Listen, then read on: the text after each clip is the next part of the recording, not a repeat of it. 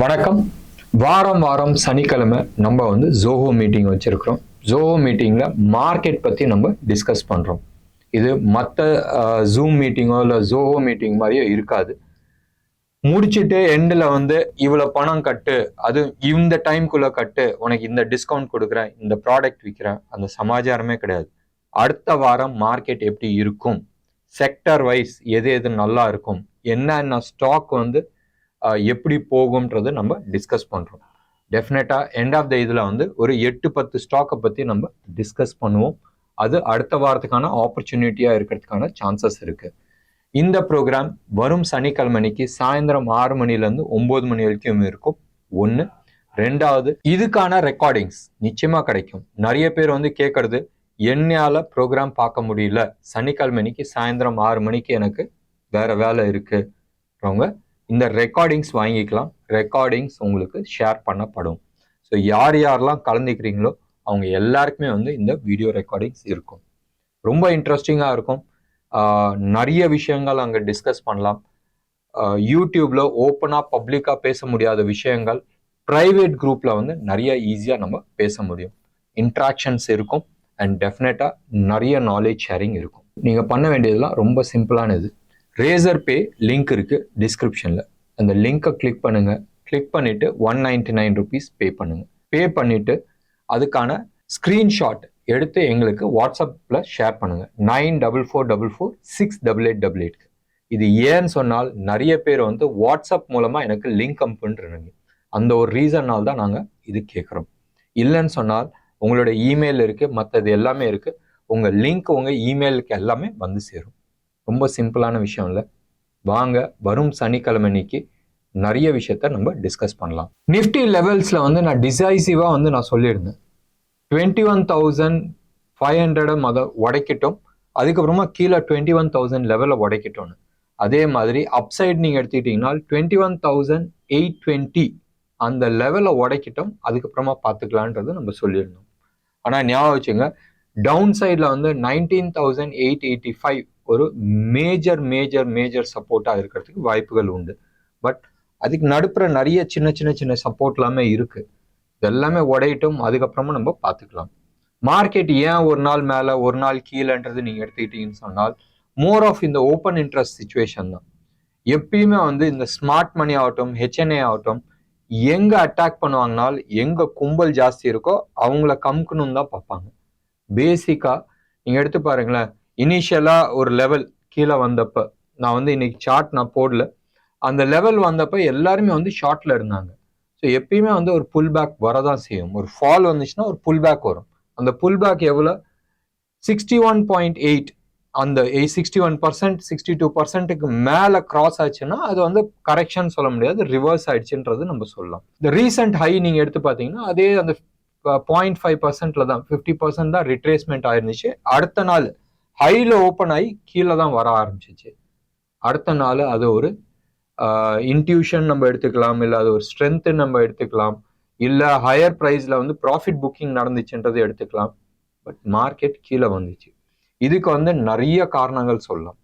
காரணம் நம்மளுக்கு தேவையில்லை, கருத்தா என்னதுன்றத நம்ம பார்க்கணும். பால் மேல இருந்து கீழே வந்துச்சுன்னா ஒரு ஜம்ப் அடிச்சு அதுக்கப்புறமா தான் கீழே போகும். அந்த ஜம்ப் அடிக்காத அப்படியே கீழே போயிட்டு இருக்காது. ஒரு சப்போர்ட் எடுத்து அந்த இடத்துல வந்து ஒரு பவுன்ஸ் ஆகி அதுக்கப்புறமா கீழே வரும். இது எல்லாமே வந்து மேத்தமேட்டிக்கல் ஃபார்முலா தான். இதுக்கு வந்து நிறைய காரணங்கள் சொல்லலாம். FIIs வந்து நிறைய வித்தாங்கன்றது, எஸ் வித்து இருக்கிறாங்க. ஏன் வித்தாங்க? FPI rule. அதாவது FPI ரூல்ன்றது வெளிநாடு கம்பெனிஸ் எல்லாமே இருக்குல்ல, இந்த FIIs இருக்கிறாங்களே, ஃபாரின் இன்ஸ்டிடியூஷன் இன்வெஸ்டர்ஸ், அவங்க இதுல வந்து சில கேட்டகரிஸ் இருக்கு. அந்த கேட்டகரிஸ்ல ஓனர் யாருன்றது சொல்ல மாட்டாங்க. இந்த பணம் வருது, இங்க இன்வெஸ்ட் பண்றாங்க, இந்த லாபத்தை எடுத்துட்டு போறாங்க. இப்ப புதுசா மோஸ்டா இந்த அதானி இஷ்யூ வந்ததுக்கு அப்புறமா நீங்க எடுத்து பாத்தீங்கன்னா கவர்மெண்ட் வந்து ஒரு ரூல் போட்டிருந்தாங்க.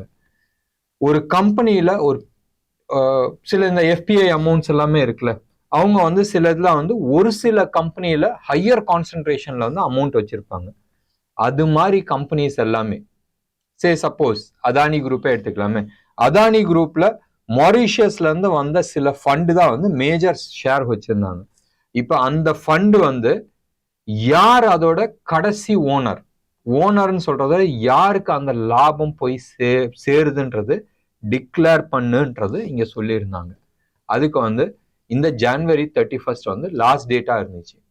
எல்லாருமே எதிர்பார்த்தாங்க அமௌண்ட் பெருசா இருக்கு மார்க்கெட்ல, க்ளோஸ் அபவுட் ஒரு 10-15 பில்லியன் டாலர்ஸ் வந்து அந்த மாதிரி இன்வெஸ்ட்மெண்ட்ஸ் இருக்கு இந்தியாவில். இது அதானி குரூப் மட்டும் இல்லை, மற்ற குரூப்ஸ்ல எல்லாத்துலயுமே அது மாதிரி இருக்கு. அதானி இந்த ஒரு விஷயத்தை தான் வந்து ஹைலைட் பண்ணி அந்த கம்பெனியை கம்மிட்டாங்க.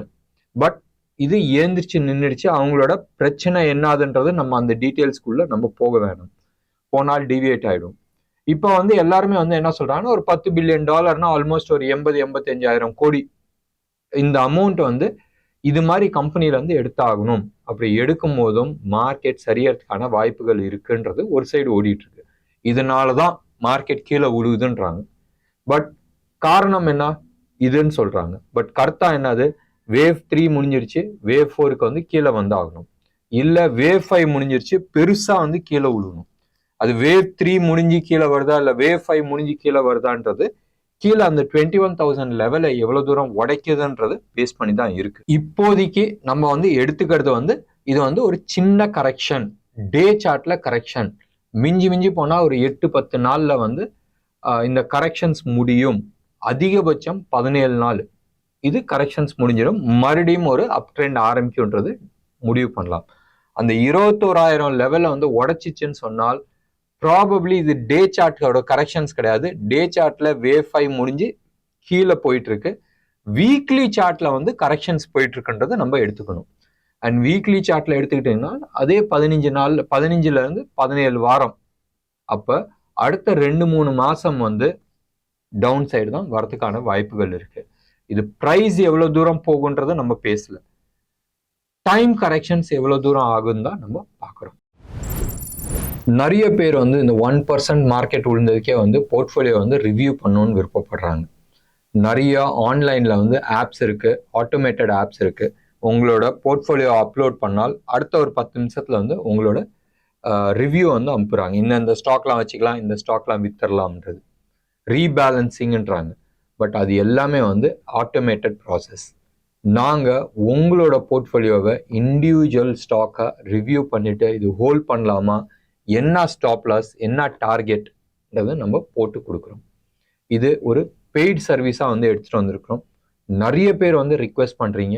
ஸோ ஃபஸ்ட்டு ஒரு 15 ஸ்டாக்கு உங்கள்கிட்ட இருந்துச்சுன்னு சொன்னால் 400 rupees அதுக்கான சார்ஜஸ். அதுக்கு மேலே இருக்கிற ஸ்டாக்ஸ்க்கு வந்து கரஸ்பாண்டிங்லி அது இன்க்ரீஸ் ஆகும்.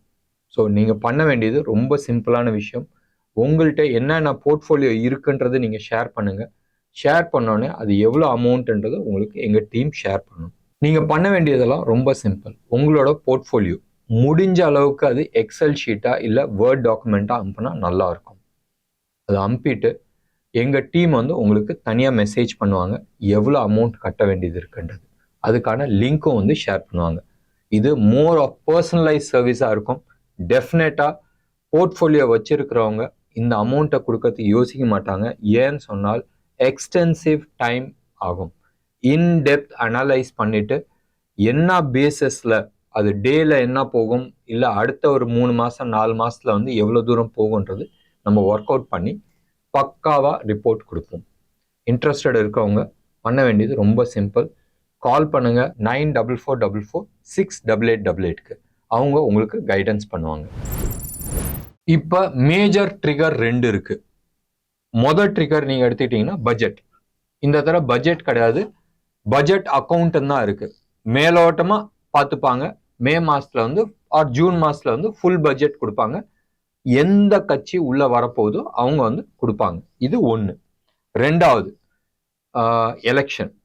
Election most likely April 15th பக்கமா இருக்குன்ற மாதிரி ஒரு டென்டேட்டிவ் டேட்ஸ் கொடுத்துருக்குறாங்க. ஏன்னு சொன்னால் புது கவர்மெண்ட் எப்படி பார்த்தாலும் மே 8-10 தேதிக்குள்ள வந்து பதவி ஏற்று ஆகணும். பழைய கவர்மெண்ட் முடியுதுல. So most likely March last வீக்ல இருந்து ஏப்ரல் கடைசிக்குள்ள இந்த 45 நாள்ல வந்து உங்களுக்கு எலெக்ஷன் நடக்கிறதுக்கான வாய்ப்புகள் இருக்கு.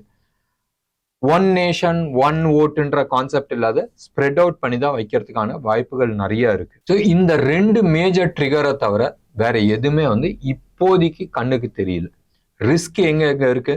நேத்து சொன்ன மாதிரி யூஎஸ்ல இருக்கிற டெட் ப்ராப்ளம் ஒரு மேஜர் ரிஸ்க்.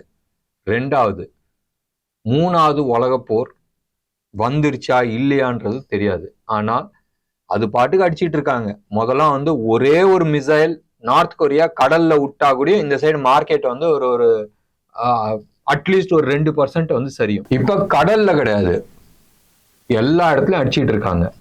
யுக்ரைன் ரஷ்யா போட்டுட்டு இருக்காங்க, இந்த சைடு ஹமாஸ் இஸ்ரேல் போட்டுட்டு இருக்காங்க, ஹூத்தி ரெபிள்ஸ் வந்து வரப்போற கப்பல் மேலெல்லாம் அடிச்சிட்டு இருக்காங்க. ரைட். ஏற்கனவே வந்து பாகிஸ்தான் ஈரான் பிரச்சனை ஓடிட்டு இருக்கு. அந்த சைடு வந்து பாகிஸ்தான் ஆப்கானிஸ்தான் பிரச்சனை ஓடிட்டு இருக்கு. எல்லா இடத்துலயுமே வந்து பிரச்சனை ஓடிட்டு இருக்கு. எப்ப தாய்வான் பிரச்சனை வரப்போகுதுன்றது தெரியாது. எல்லா இடத்துலயுமே வந்து அந்த டென்ஷன்ஸ் இருக்கு. 2024 இயர் ஆஃப் ஃபயர். மோஸ்ட்லி நிறைய பூகம்பங்கள் வரலாம், நிறைய இயற்கை சீற்றங்கள் வரலாம். இந்த வருஷம் இந்தியாவில் வந்து ஹை சம்மரா இருக்குன்றாங்க. மேபி அந்த ஒரு ரீசன்னாலையும் எலெக்ஷன் வந்து சீக்கிரமா வைக்கிறாங்க இருக்கலாம்ன்ற. அயோத்தியா கோவில் ஓபன் பண்ணது அந்த வேவ், அந்த அலை இந்தியா ஃபுல்லா வந்து பிஜேபிக்கு சாதகமா இருக்கு. இன்னைக்கு டேட்ல இது வந்து என்னோட சர்வே கிடையாது, பட் மார்க்கெட்ல வந்து 2 விதமான சர்வே இருக்கு. அஃபிஷியலா சில பேர் சர்வே எடுத்திருக்கிறாங்க, நியூஸ் சேனல்ஸ். அதே மாதிரி சத்தா மார்க்கெட்னு ஒன்று இருக்கு, பெட்டிங் மார்க்கெட். அந்த பெட்டிங் மார்க்கெட்ல இப்போதைக்கு ஓடிட்டு இருக்கிறது வந்து சம்வேர் அரௌண்ட் 360ல இருந்து 380 சீட்ஸ் வந்து பிஜேபி வின் பண்றன்ற மாதிரி பெட்டிங் ஓடிட்டு இருக்கு. ஸோ ராமர் கோயில் இப்ப 22ஆம் தேதி ஓபன் பண்ணிச்சு. அடுத்தது இங்க யுஏஇல மிடில் ஈஸ்ட்ல இருக்கிற ஒரு மிகப்பெரிய ஹிந்து கோவில் 2018ல 18ஆம் தேதி பிப்ரவரி 18ஆம் தேதி அன்னைக்கு அதுக்கான அடிக்கல் நாட்டினாங்க.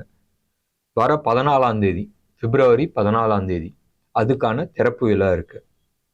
நம்ம பிரதமர் தான் போறாரு. ஸோ டெஃபினட்டா அதுவும் வந்து ஒரு பிஆர் ஒர்க் பக்காவா பண்ணுவாங்க. ஸோ டெஃபினட்டா இது வந்து ஒரு பெரிய லெவல்ல வந்து ஒரு மார்க்கெட்டிங் ஸ்ட்ராட்டஜியா இருக்கலாம், இல்லை லான்ச் பேட்னு வச்சுக்கலாம், எலெக்ஷனுக்கான கேம்பெயினிங் ஸ்டார்ட் பண்ணியாச்சுன்றதை வச்சுக்கலாம், எப்படி வேணாலும் வச்சுக்கலாம். எதிர்கட்சி செதறி போய் கிடக்குது. தெலுங்கானால காங்கிரஸ் ஜெயிச்சு வந்தது வந்து நிறைய பேத்தால ஜீர்ணிச்சிக்க முடியல. இந்த அலைன்ஸ், இந்தியா அலைன்ஸ்ன்ற இந்த குரூப் வந்து செதறி போயிருக்கு. நேத்து மம்தா பானர்ஜி வெஸ்ட் பெங்கால்ல சொல்லியிருக்கிறாங்க, நான் தனியா போட்டி போட்டுக்கிறேன். ஸோ இது எல்லாமே வந்து கட்டாயம் வந்து அந்த ரிஃப்ளெக்ஷன் மார்க்கெட்ல வந்து காட்டும்.